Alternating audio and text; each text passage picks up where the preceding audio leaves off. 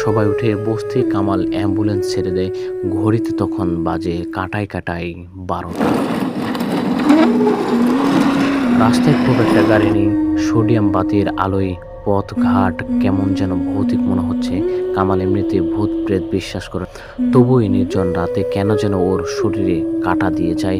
গাড়ির গতি ঘন্টায় 60 রাখে কামাল। মনে মনে ঠিক করে কোনো অবস্থাতে গাড়ির গতি 60 কিলোমিটারের উপর নেবে না। কামালের শ্বশুরই ছিল ওর ওস্তাদ। সে শিখে রাতের বেলা রাস্তা ঘাট যতই ফাঁকা হোক না কেন, একটা নির্দিষ্ট গতিতে গাড়ি চালালে কোনো অ্যাক্সিডেন্ট হয় না। কামাল কথাটা বিশ্বাস করে, তাই আগেভাগে মনে মনে গাড়ির গতি ঠিক করে নেয় ঘন্টায় 60 কিলোমিটার। সংসদ ভবনের সামনে আসতেই বৃষ্টি শুরু হলো। কামাল মনে মনে বলে, বৃষ্টি হবার আর সময় পেল না। কামাল গাড়ির গতি আরও কমিয়ে আনে। আসাদ গেটের আড়ত এর সামনে আসতেই সিগন্যাল পড়ে গেল। কামাল একবার ভাবল টান দিয়ে চলে যাবে কিনা, কিন্তু পরক্ষণে ভাবল না, অস্থির হবার কিছু নেই। ও গাড়ি থামিয়ে গ্রিন বাতির জন্য অপেক্ষা করে। রাস্তা প্রায় ফাঁকা, কোনো জনমানব নেই।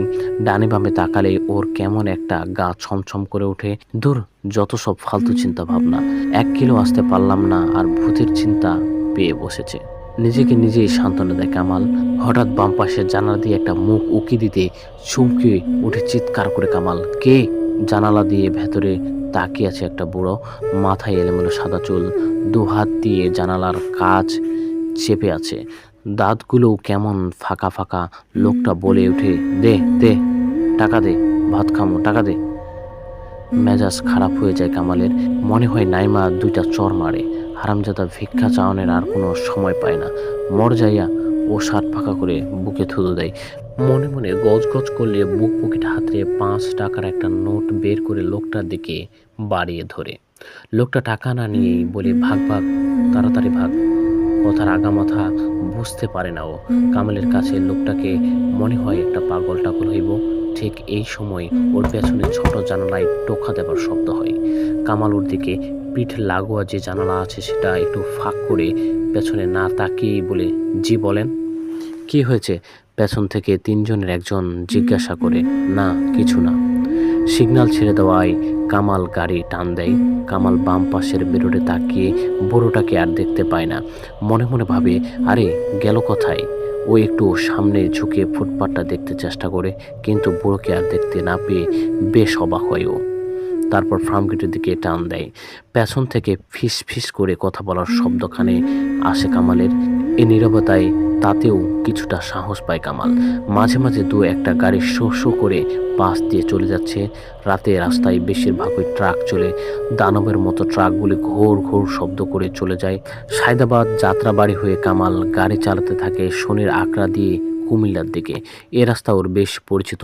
একটানা বৃষ্টি হচ্ছে, মনে হয় আজ সারা রাতই হবে। মাঝে মাঝে বিকট শব্দে বিদ্যুৎ চমকাচ্ছে। শীত একটা ভাব চলে এসেছে। কামাল পানির বোতল খুলে পানি খায়।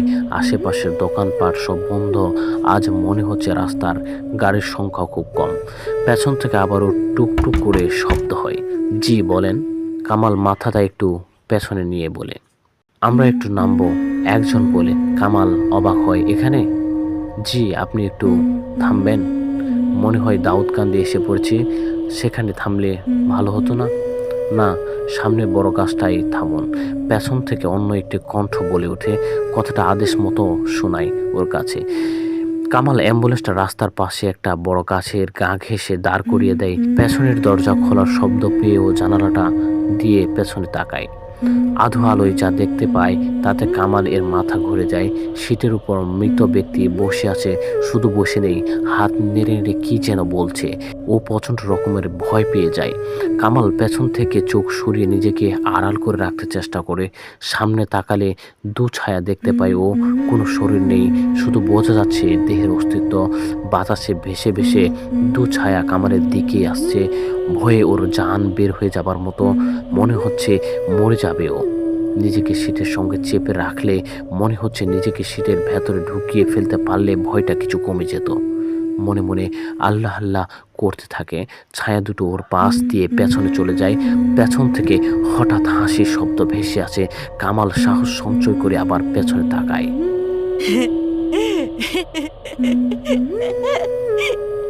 লাশটা গাড়ি থেকে নেমে মাটিতে দাঁড়িয়ে আছে, শরীর জড়ানো, মুদ্দারের কাপড় এলোমেলো ঝুলে আছে।